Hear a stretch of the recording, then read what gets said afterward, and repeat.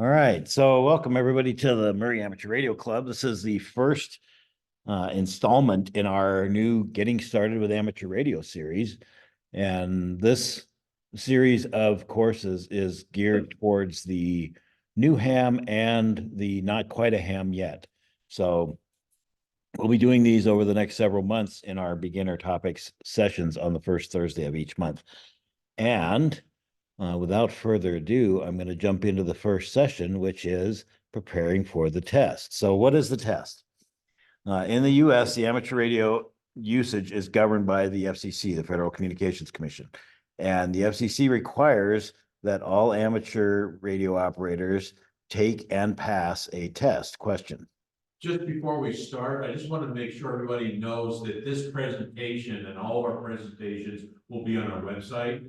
So you will get a chance to download this on the website. Yeah, I'll reiterate that. Dan commented that this presentation and other presentations are available on our club website. And in fact, there is a special section of the website that I set up specifically for this Getting Started series.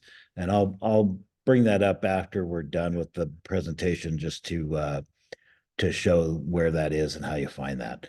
Okay, so the FCC requires all amateurs take and pass a test. The test covers things like basic electrical knowledge, the theory of radio operation, and the rules that we have to operate under as amateur radio operators.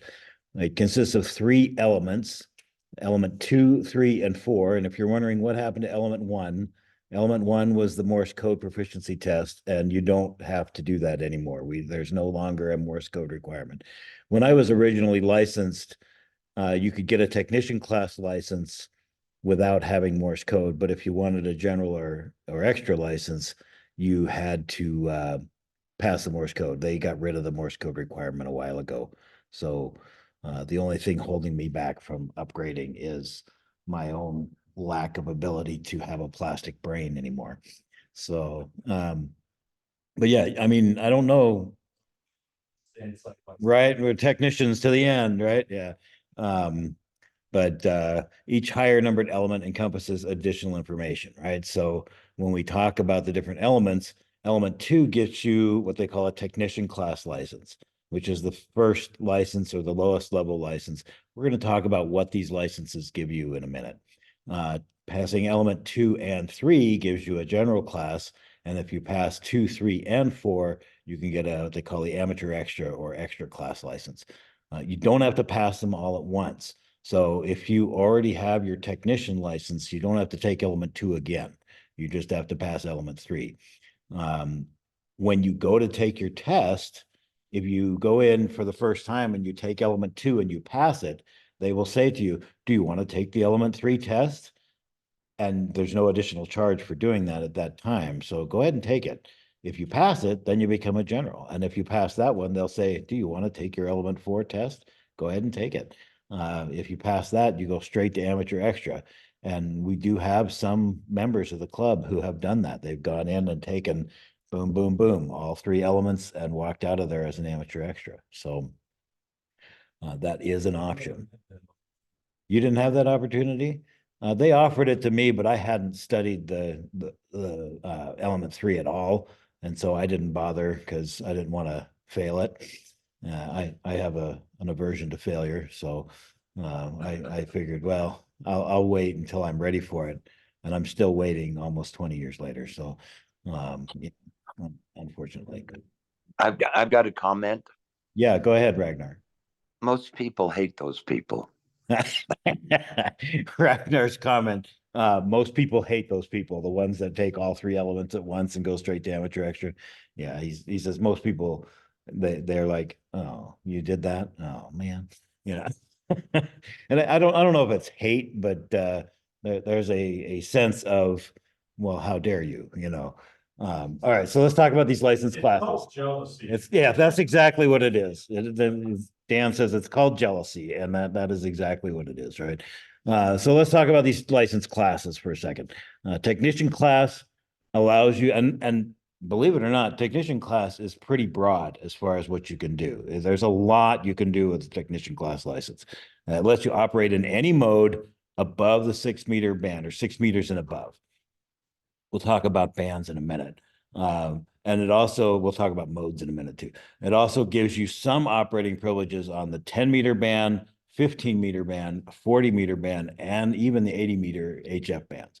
So we'll get to bands again in a second here. General class gives you operating privileges on all modes and all bands, but there are some restrictions on the 15, 20, 40, and 80-meter bands. So there are parts of those bands that you are not allowed to use as a general class licensee. And then the amateur extra has full privileges on all bands. So you'll also hear about people who have a license class called advanced and novice. And these license classes are no longer issued, but if you already have, like if you had got a novice license 30 years ago, and you've continued to renew it every 10 years, you can still operate with those privileges that the novice license gives you. You don't have to upgrade. The same thing with advanced. Those were a little bit different as far as what their privileges were.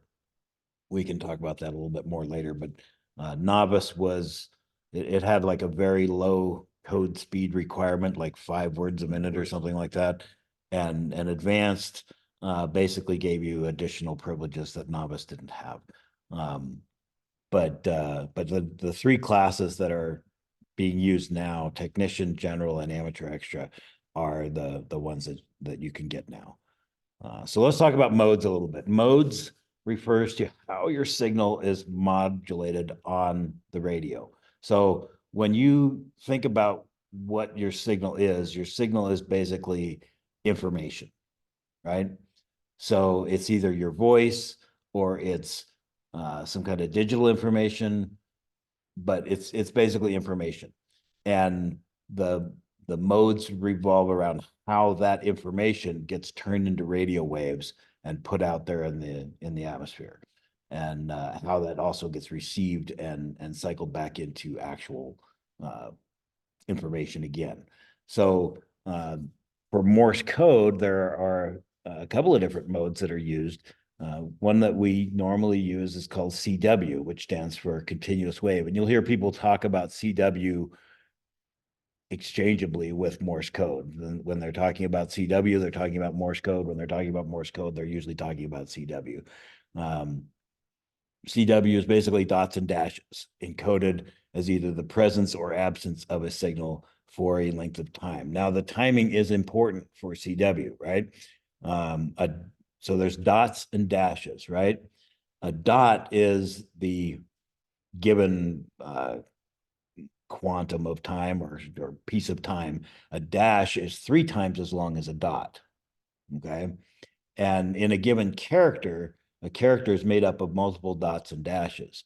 The space between each dot and dash is as long as a dot. The space between letters or between characters is as long as a dash or 3 dots.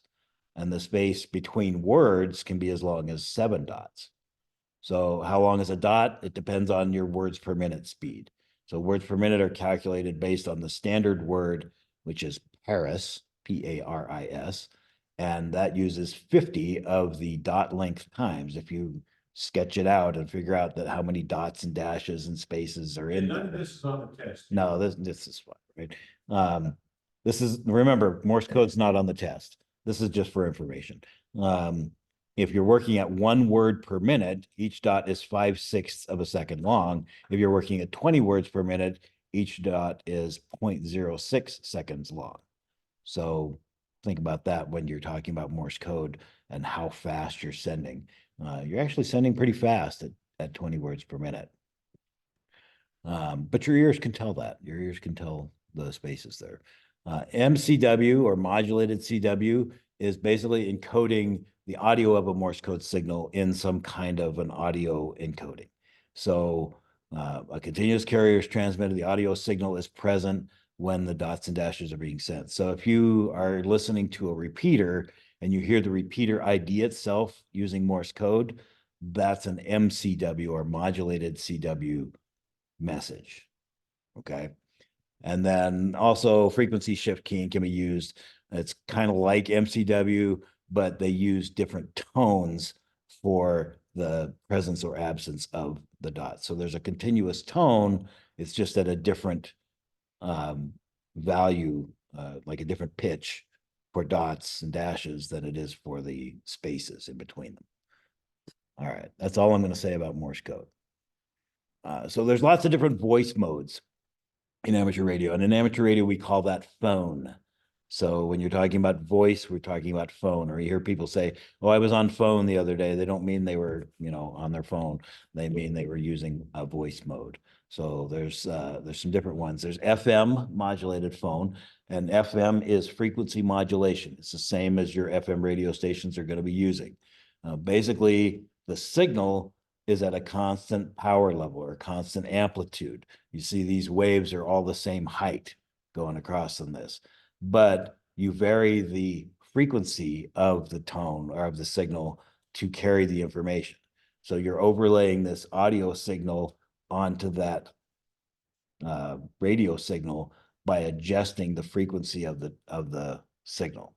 And so you can see in this example diagram here, when the audio signal is high, the frequency is a little bit higher. The waves are closer together. When the audio signal is low, the waves are farther apart. That's basically how FM works, okay? Including FM radio. Including broadcast FM radio. FM radio in your Yeah. car. That's why FM sounds so much better. Because it's a solid signal, right? So AM modulated phone, basically you're modifying the amplitude. So you have a signal at a particular frequency. It's a continuous signal at a particular frequency, and you modify the amount of power in that signal up and down based on that modulation or the information that you're putting in, the audio signal, for example. So if you think about it, you're adding or subtracting from the amplitude or the power or the amount, the height of the waves, think of it that way, even though you're not changing how far apart the waves are, right? So that's how you make an AM signal, okay? AM, same thing that AM radio uses. So exactly the same technology. In amateur radio, we tend to use a thing called single sideband or SSB. And basically what this does, if you go back and look at this AM signal, you'll notice that these peaks and valleys kind of correspond with each other. And so there's actually enough information in just half of this signal that you don't need the whole AM signal. You can get by with just half of it. And so what you do is you peel off one of those sidebands, either the upper sideband or the lower sideband, and you use that to carry your signal. And in fact, you don't use a central carrier tone for that either. So if you've got, say you've got a 10-watt radio and you're putting out 10 watts on AM, then you can effectively put out 40 watts on a single sideband and get that much more power out because you're only putting out power for the signal part, not the carrier and not the other sideband. So that's why we use sideband for amateur radio communications. Basically gets you a lot more energy out of the radio for the same amount of power you're putting in. And you'll see that in radios too, where it'll say, oh, this is a 100-watt radio, but it's only 25 watts on AM. And that's because of that capability, right? All right.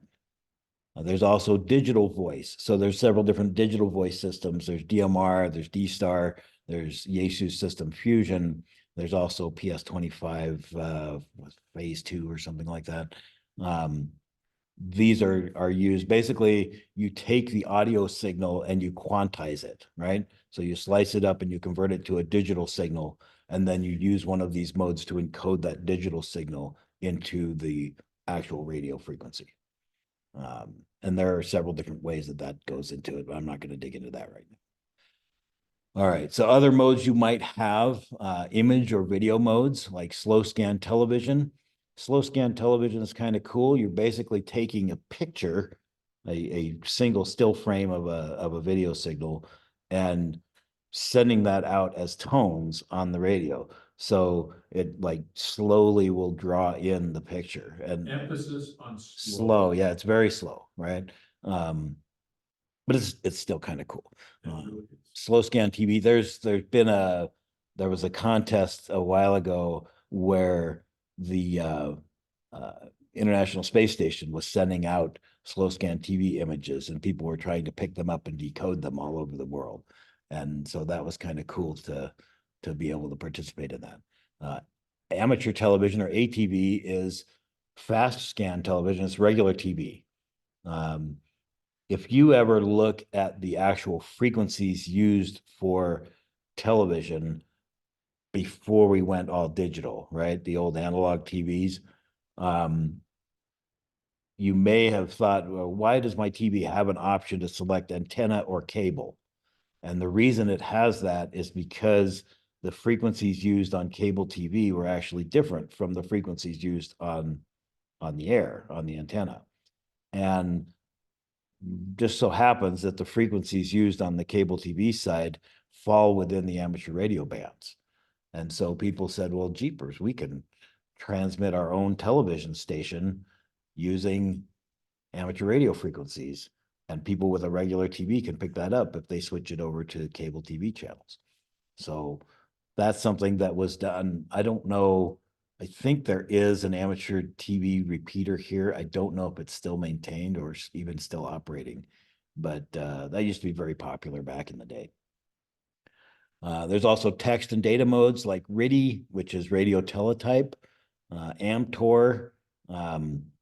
I don't remember what AMTOR stands for. It's amateur text over radio, maybe. I don't know. Then there's things like FT8 to JS8. There's lots of different digital modes that are available for transmitting text or just generic data. There's packet radio. A subset of that is AX25. There's also ways to run an actual IP network over packet radio, which is kind of cool. There's high speed, what they call high speed multimedia, which is basically Wi-Fi, just like your Wi-Fi network at home, but done over amateur radio frequencies. And that is a high-speed digital data passing network. You can even run VoIP phones over that and have a voice conversation over that type of a network. There's a ton of different digital modes out there. There's a ton of different modes out there, and this is just a bare touching of what they are. All right, so let's talk about bands. So bands are just a way of dividing up the electromagnetic spectrum. So if you think about the electromagnetic spectrum, think about what a wave is. You've basically got electromagnetic energy that is at some frequency, and that frequency corresponds inversely with the wavelength. So the simple calculation is divide the frequency by the speed of light and you get the wavelength, or vice versa. Divide the wavelength by the speed of light and you get the frequency in hertz. So in layman's terms, the wavelength is how long from peak to peak Right. the wave is. The frequency is how many times that wave oscillates in a given time period. Per second, typically, or hertz. Hertz is the per second value, right? So yeah, if you look at this wave that you see on this slide, you can see at one end you've got a really long wavelength, which corresponds to a really that would be a long wavelength is a really short or a really low frequency. And then as you get up towards the top, you've got really short wavelengths and a really high frequency, right? So somewhere in there is visible light. Microwaves are in there, the radio frequency spectrum. Up above that, you've got X-rays, gamma rays, cosmic rays. Those are very high energy rays, radiation. And you'll see this kind of cutoff between non-ionizing radiation and ionizing radiation. Basically, that means when it's ionizing, the wave, the energy has enough, there's enough energy in there to knock electrons out of your stuff, right? So you can turn things into ions and give them a charge from that. So we don't generally operate up in those frequencies, but I have seen amateur radio operators experimenting with communicating over visible light before. So that's kind of cool. Let's see. At the bottom end, you see it says DC. That's direct current. That's basically, it's just on. There's no waving. It's solid, continuous, right? uh, essentially 0 hertz. But yeah, so that's basically how that works. So the FCC has basically taken this set of frequency ranges or bands and divided them up for different specific uses. And you can actually dig into this chart and see like where television is allowed to work and where like cell phones are allowed to work and where different things are allowed to be within this spectrum. If you look at this, all of these areas that are marked, what is that? Zoom in real quick. I think it's the red ones are amateur radio. I'm not positive on that. Don't take that as gospel.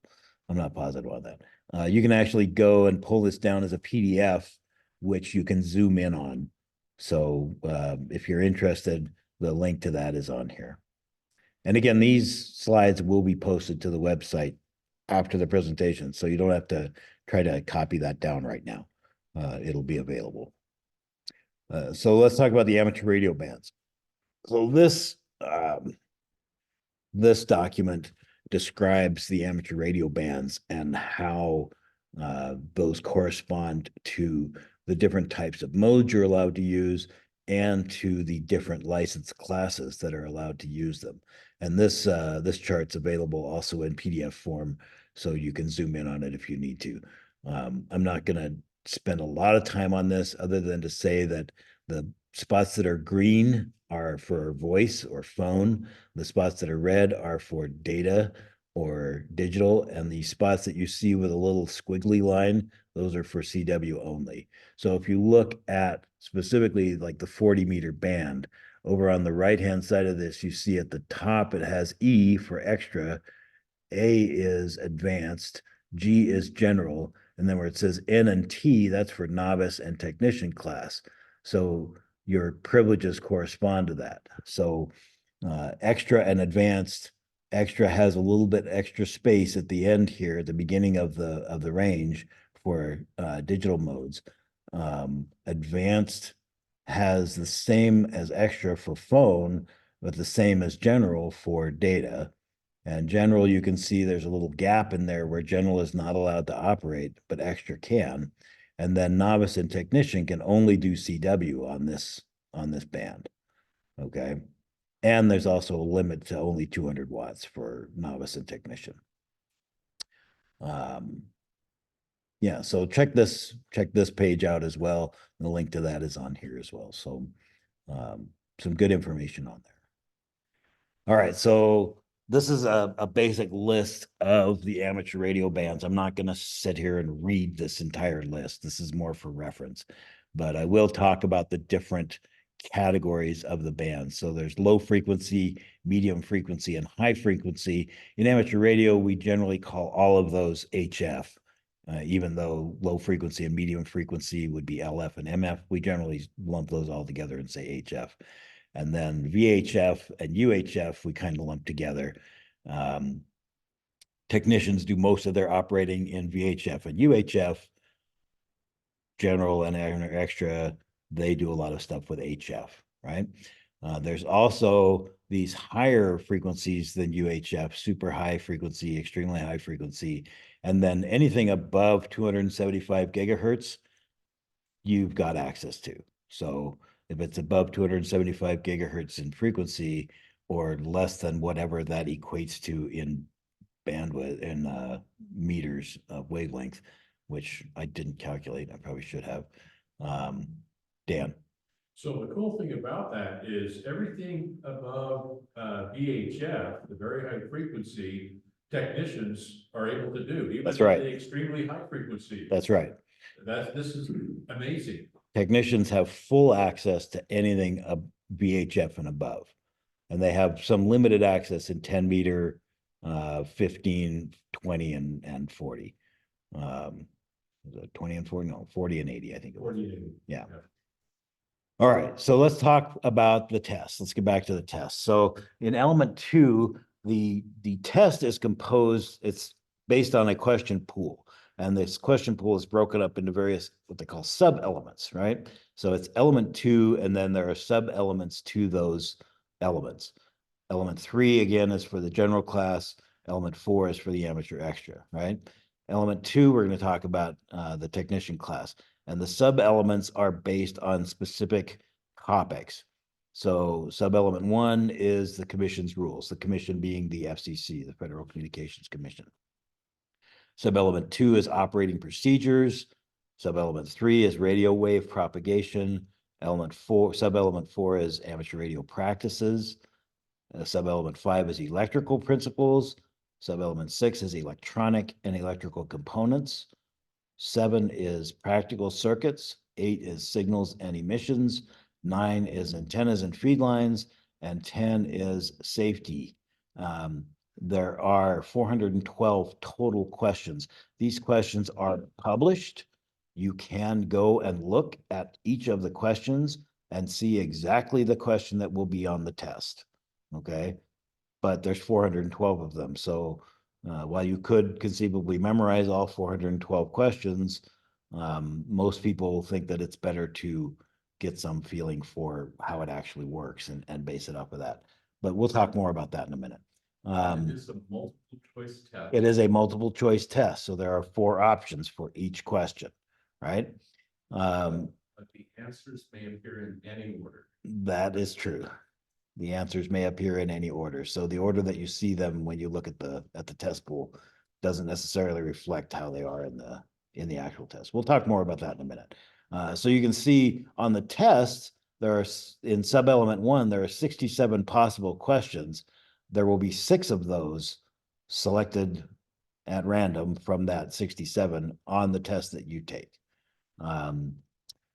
If you go and take the test another time later, you might get a different 6 questions. Okay, so keep that in mind.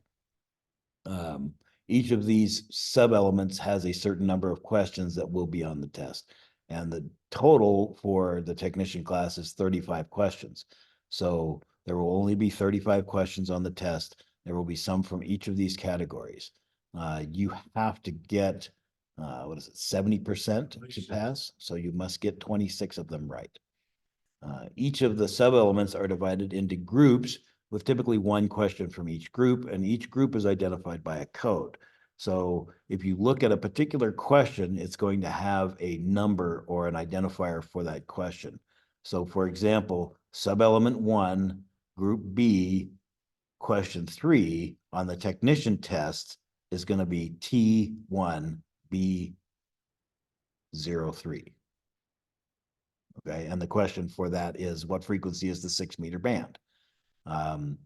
If you don't know that off the top of your head, you can calculate that by dividing by the speed of light, right?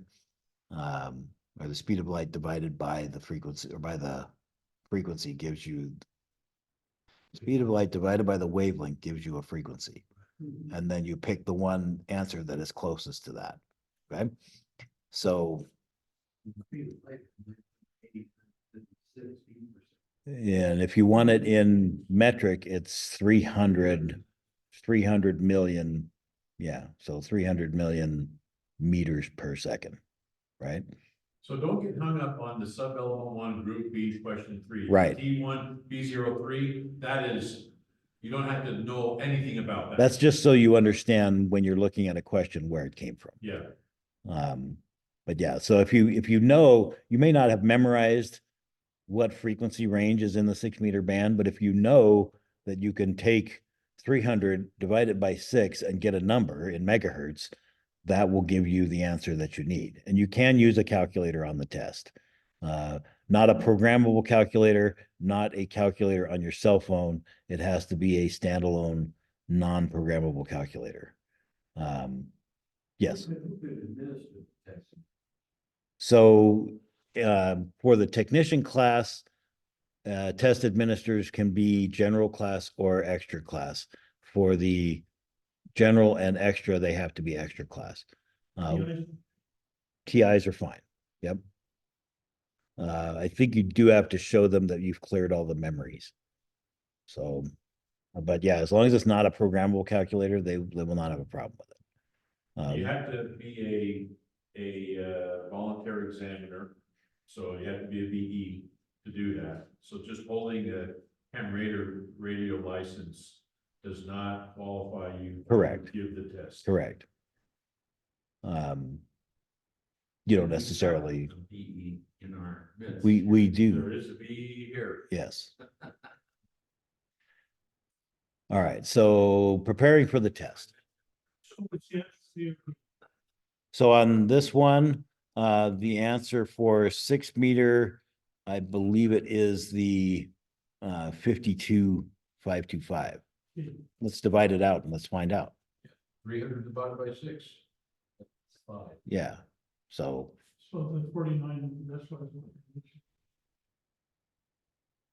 yeah, well, the 49, if you multiplied that or divided that out, that would put you in like the 7 meter band, right? So it's gonna be the, Just a couple of slides back. that's true. As you study this, you'll realize that the 6 meter band starts at 50 megahertz and goes to 54. And so just knowing that you're looking at 52 something, well, That's I know it's within the 50, range, right? 49 Is isn't not in the that- range. that. Okay, A lot of these questions you can deduce you can eliminate a lot of them, right? Logical Yeah, thinking. yeah, right? you can eliminate a lot of the false answers if you think about it for a minute. All right, so preparing for the test, there's a couple of different ways to prepare for the test. One way is learn all the material. So use the available training materials, learn all the aspects of amateur radio that are going to be on the test. The second way is you can memorize questions and answers, right?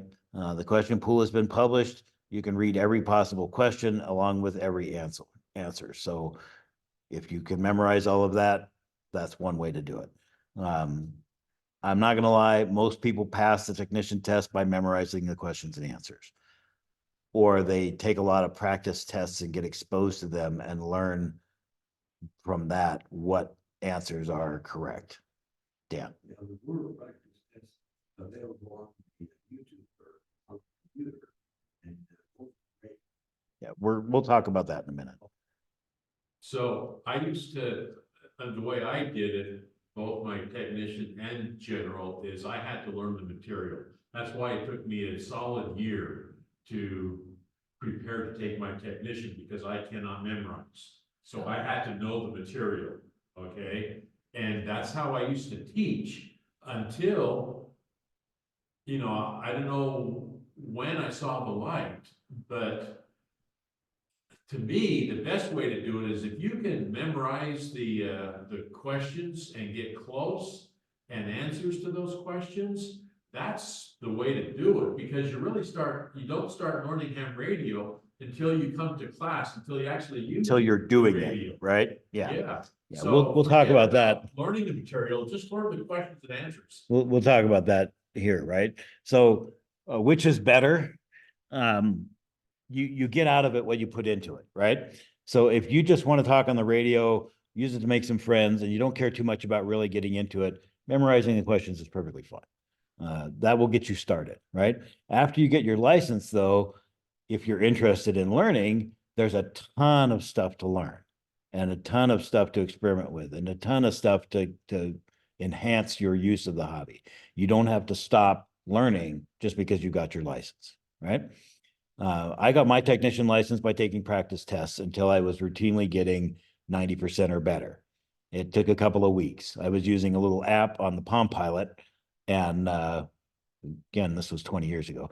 So I had the Palm Pilot app, and this app would actually let me look at a question and then pick the answer I liked and then say how confident I was in my answer, my choice.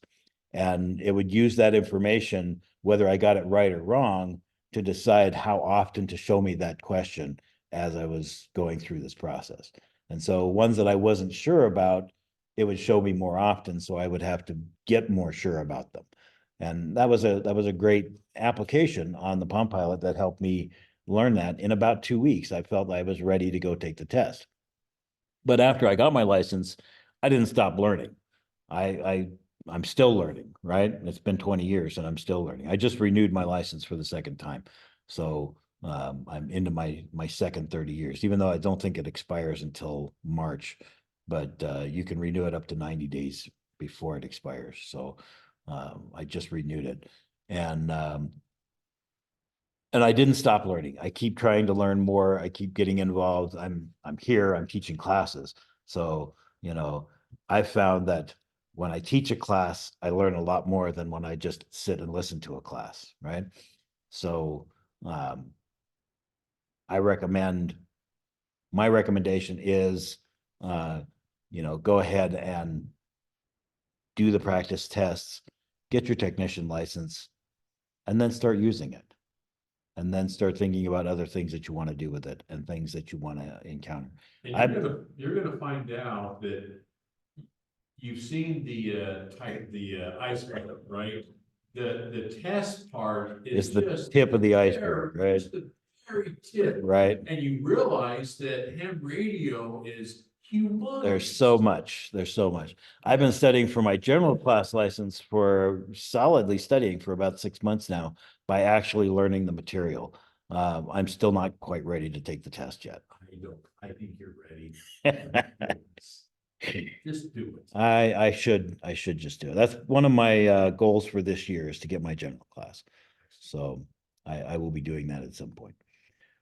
Okay, so if you just want to get on the air as soon as possible, there's some websites you can use, hamexam.org, there's Ham Radio Prep, there's QRZ's Ham Test, and then hamstudy.org.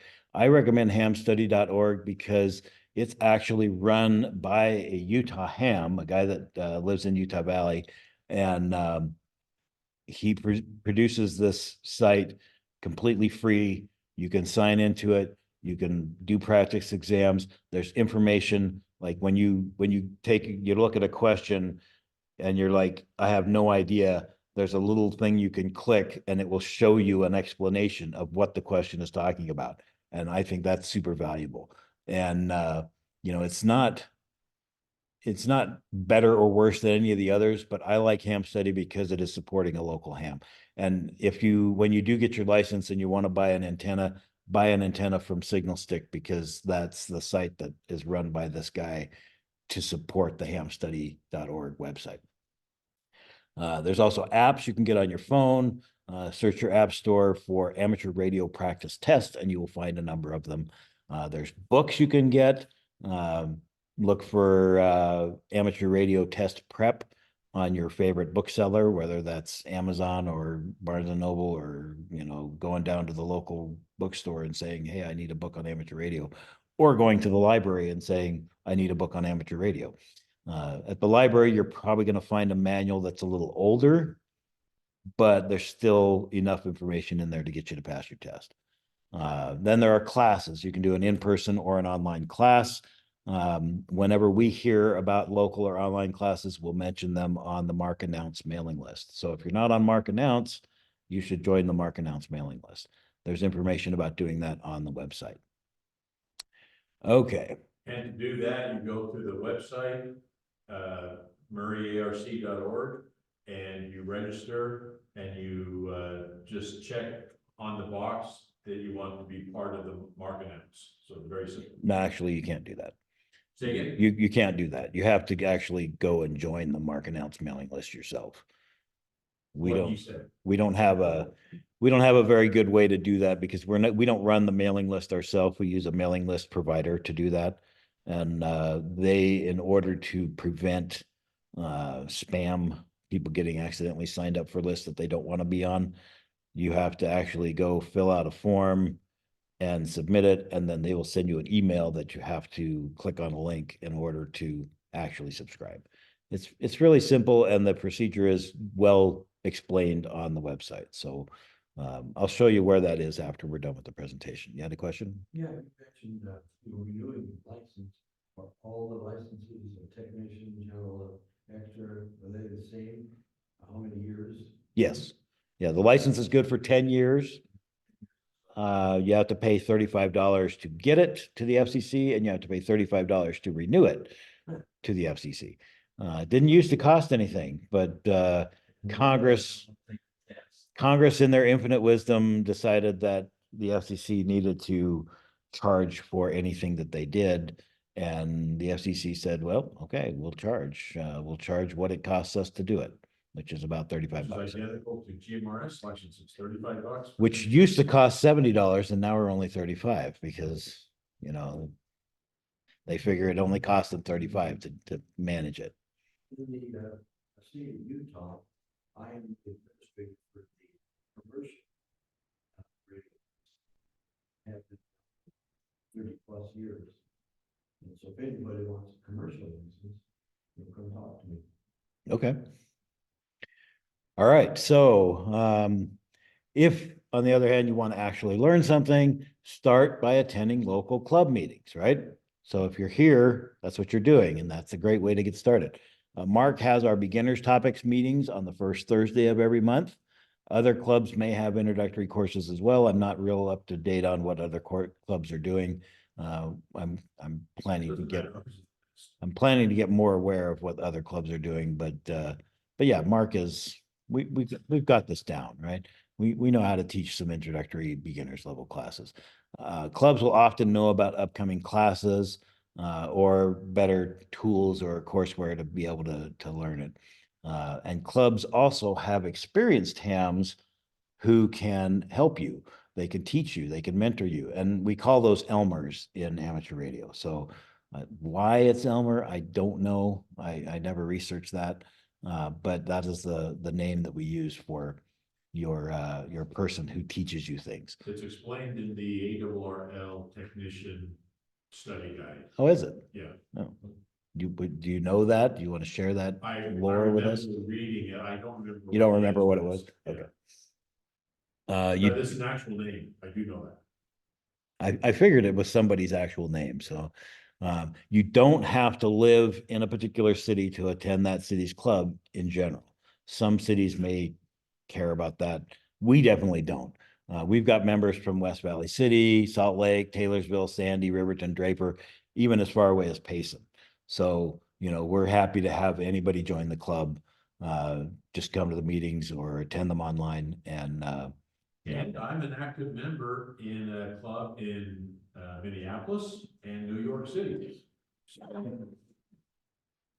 so yeah, there's certainly no restrictions on Online.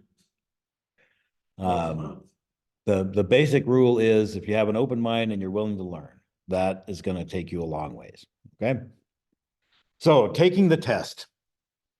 When you're ready to take the test, the first thing you want to do is find a test session. The tests are available both in person and online, but there are some pretty strict rules to getting tested.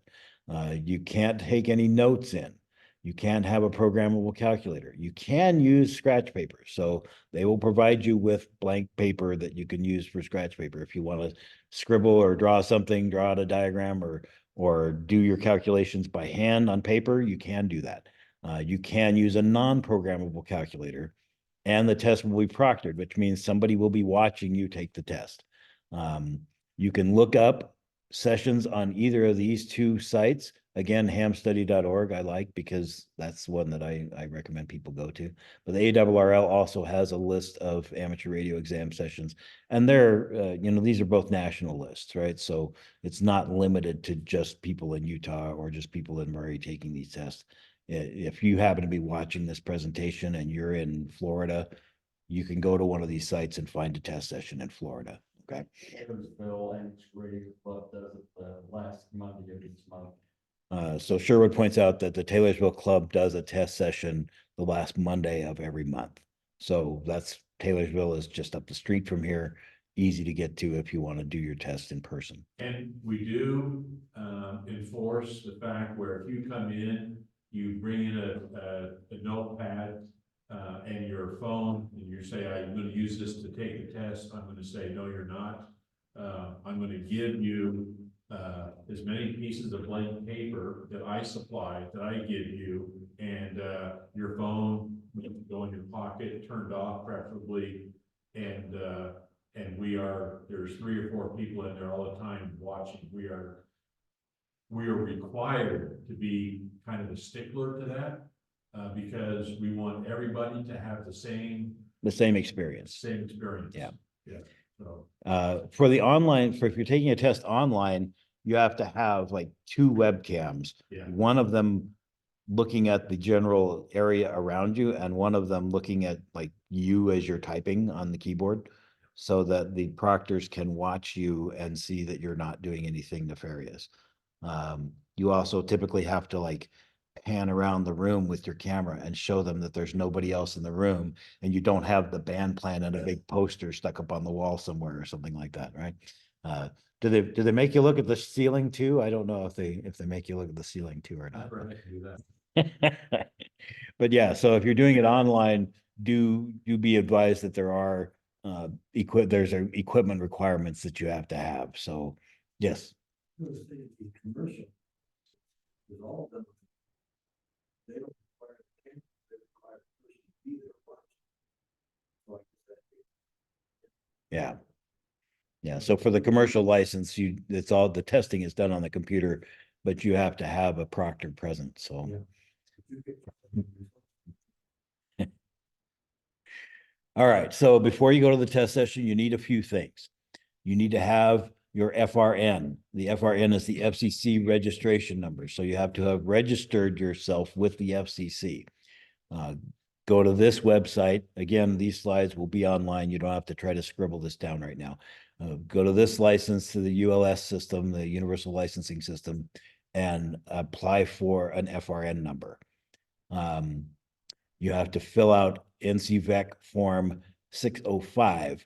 There's a place you can fill it out online. If you're doing an online session, I think they have their own mechanism for you to fill that out online. It's all, yeah, you don't have to worry about that. Just bring we do need your FRN, but when you register to take the test, I don't know if registering for the test is up there. You have to register to take the test and you include your FRN on that. So, Okay. and Some- then we verify it when you come and take the test. Some test sessions don't require you to pre-register. You can just walk in. But yeah, for ones that do require you to pre-register, then you would give them that information up front. You'll need to have an ID, some form of picture ID, like a driver's license, state ID card, passport, military ID. Some volunteer examiners or VEs will require 2 forms of ID. Check with them when you make the appointment or when you register for the test. A VE again is volunteer examiner, and the VEC is the volunteer examiner coordinator. So if you're wondering what VEC stands for, you have to bring the payment for the test session. Some VEs will require you pay in cash. Some of them will take whatever payment method you have. Some will take a check, some will take Venmo even, or PayPal. Most of them charge about $15 for proctoring your test. Online exam sessions will likely take an online form of payment. If you're already licensed and upgrading, you do need to bring a copy of your existing license. So you can, if you're a technician class and you're gonna take the test for general, bring your technician class license with you so they can verify that you are already licensed. And then bring a calculator, writing materials. Don't bother to bring scratch paper. They'll provide you with scratch paper, but bring pens or pencils. What's the saying? 1 is none and 2 is 1. So bring a couple, right? Because you don't want to be halfway through the test and your pencil break or your pen stop working. And then you're sitting there like, okay, now what do I do? Somebody may loan you one, but don't depend on that. Or you Bring just raise your hand and say, you got a pencil? Help. help. Bring your calculator if you need it. Don't bring a programmable calculator or depend on the calculator on your cell phone. You will not be able to use those. Okay. So, and these rules that I'm going through here apply to any of the elements, right? So whether you're taking your technician test for the first time or you're getting your amateur extra, these same rules will apply. All right. So, it's not limited to just the first time you test. So online remote testing, you need to have at least 2 devices with cameras, like a computer and a cell phone or a tablet. You'll need to join a video session such as Zoom, Skype, Google Meet, or whatever the Apple equivalent of that is, FaceTime or whatever it is. The test provider will tell you what to do, right? You'll need to show your documents to the VE, so your driver's license or your other ID, you'll need to show them on the video. You'll need a quiet location with no distractions. Other people in your family being in the same room is considered a distraction. Don't do that. Even pets in the room with you can be considered a distraction, so don't do that. And then the VE will have very specific instructions on how to set up your computer, your phone, and the area where you'll be testing. Follow those instructions. They will be very careful to ensure you are not cheating. They will have you do things like show them the entire room with your phone camera.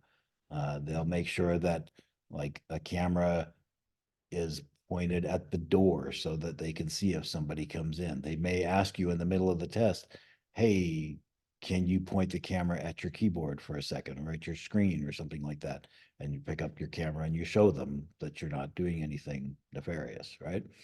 They're very, very much sticklers for not cheating on this test.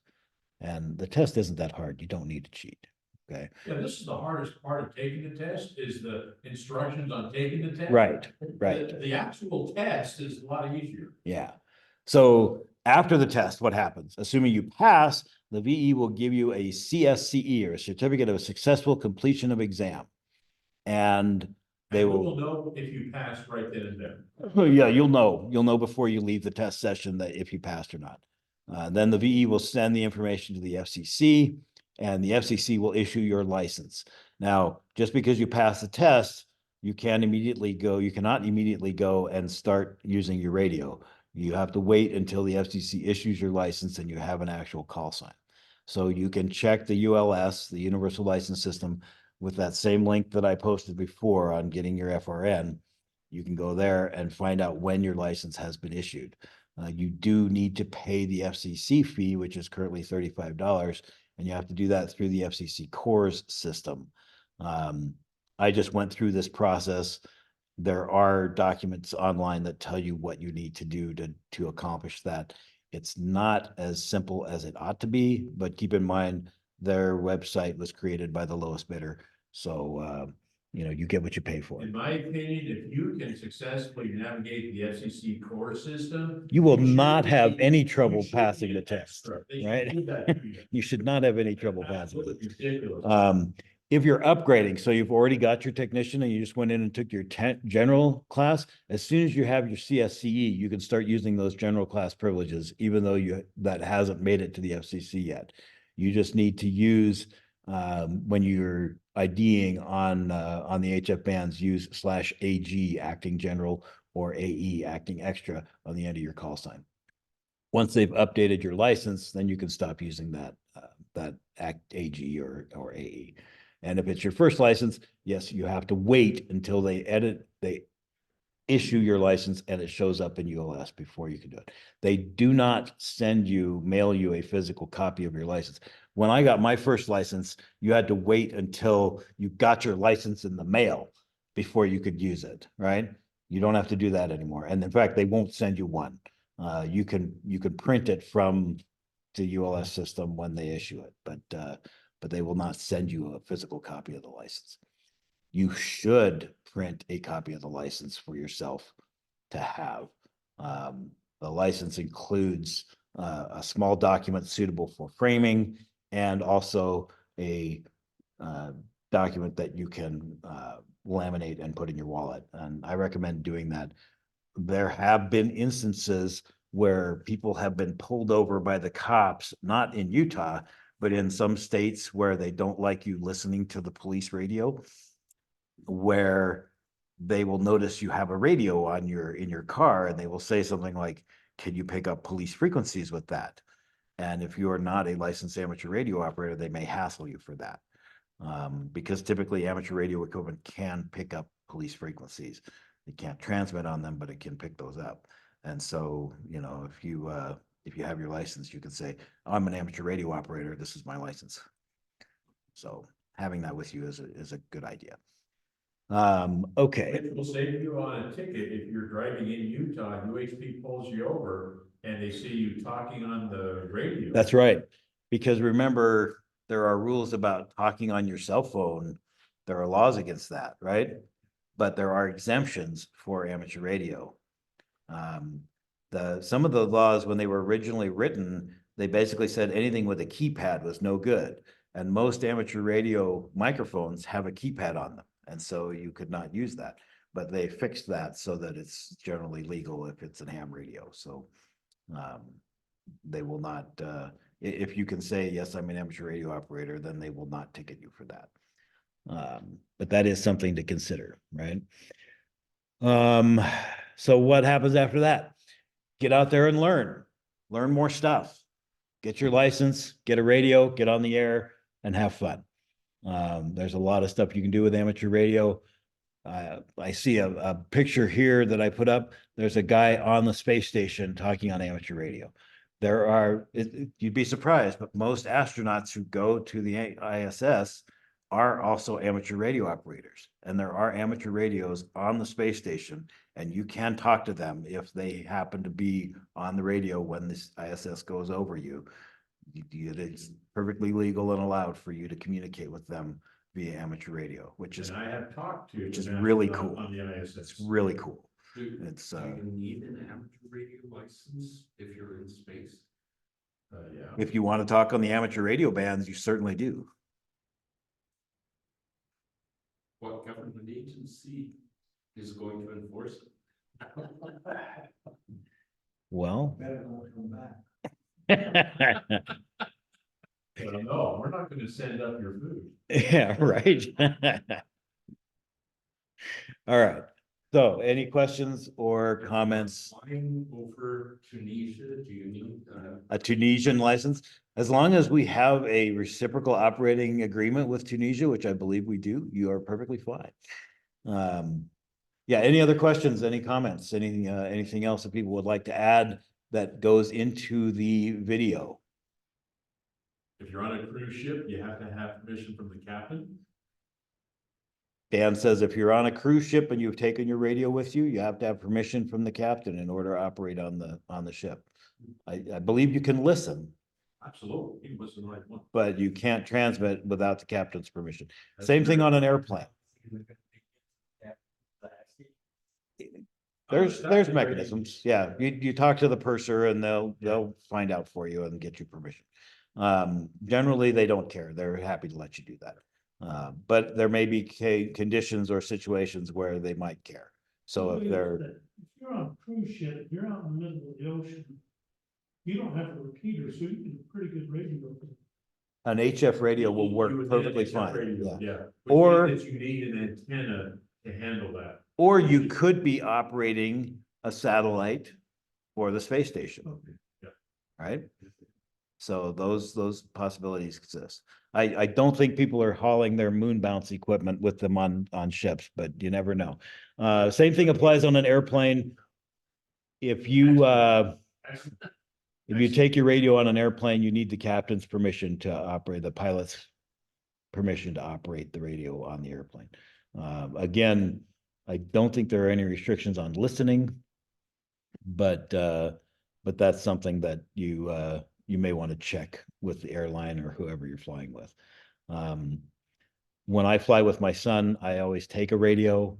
I don't generally turn it on, but I have it in case we have a problem and we have to be somewhere that we're not supposed to be, or we have to be, if we have an accident or something, I want to make sure that we have another communications mechanism. So I carry a radio with me. I don't generally use it on the plane. Plus it's really noisy on a general aviation aircraft. Yeah. Any plans to come here to administer tests? We don't. We don't have any plans for Mark to administer any tests. I know we have some VEs that are in the club. But as far as I'm aware, we do not have any plans to do any test sessions Well, ourselves. you need a VEC also. You need to belong to a VEC or be associated with a VEC, so we don't have that. All right, I'm gonna end this. And then I'm gonna pull over this page here. Okay, so this is the club website. If you go to murrayarc.org, that's where the club website is. This link always brings you back to this page. There's a little blurb on here from Dan about why the club was started. Meeting schedule and location. Any of these drop downs that have the little triangle over here, this is still a valid link to click on. So if you click on that, you will go to the meeting schedule and location page. That talks about where we meet and where our nets are. And I need to update this to have our correct Sunday net information. There's also a list of upcoming classes, and I don't have anything on the schedule for the rest of this month. So we need to get some topics in here. So if you have a suggestion for a topic or you want to teach something, please let me know and we will get those on there. Also available from here, this events calendar, this is not working right now. I'm working on a new events calendar, so don't use that right now. If you're interested in joining the club, you can click on club membership, and there's some information about joining the club and then a form you can fill out. You fill out this form and send it to us. We will add you to the club roster. That is separate from registering for the website. I'll show you how to do that in a second.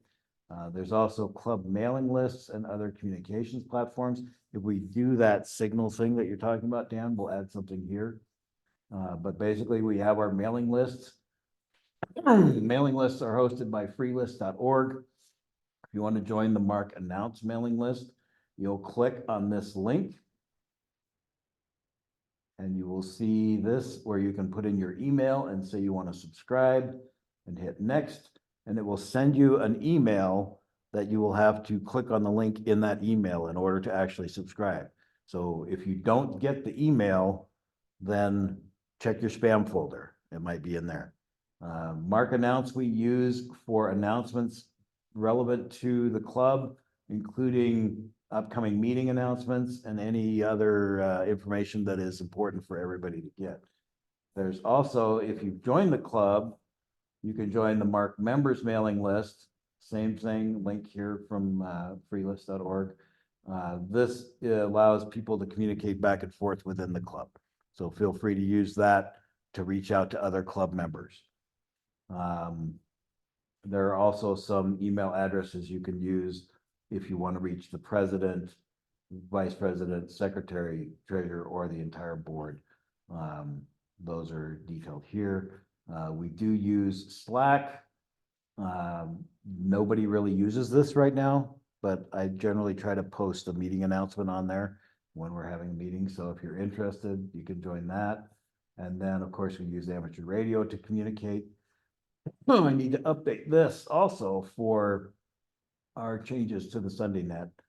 And then there's a contact form here. So if you have questions and you didn't get any answers that you needed, you can go here and fill out this form and someone will respond to you with information.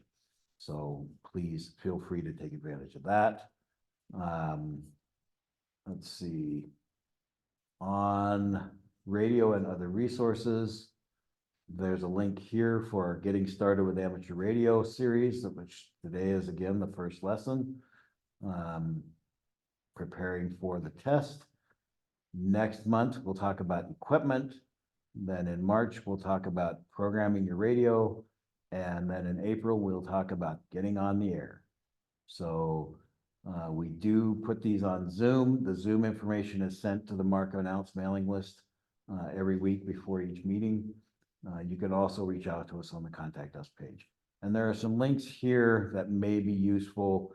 These are links to previous classes that we've had that might have information that you'll find helpful. Let's see. Oh, the other thing that's on here under this recent posts, you'll see these we generally post something with every meeting. So if you go to one of these, you'll see when we have a meeting, we will post the video and the slides and a download link for the slides. So you can actually page through the slides right here on the website. This was last month's class on what is amateur radio. Or you can download the PDF directly from here, or you can watch the video. So please take advantage of those resources. Those are also available. If you click on this news link, you will see all of those posts that we've had over, well, since we started using the website, really. Everything. Lots of good information on the club website.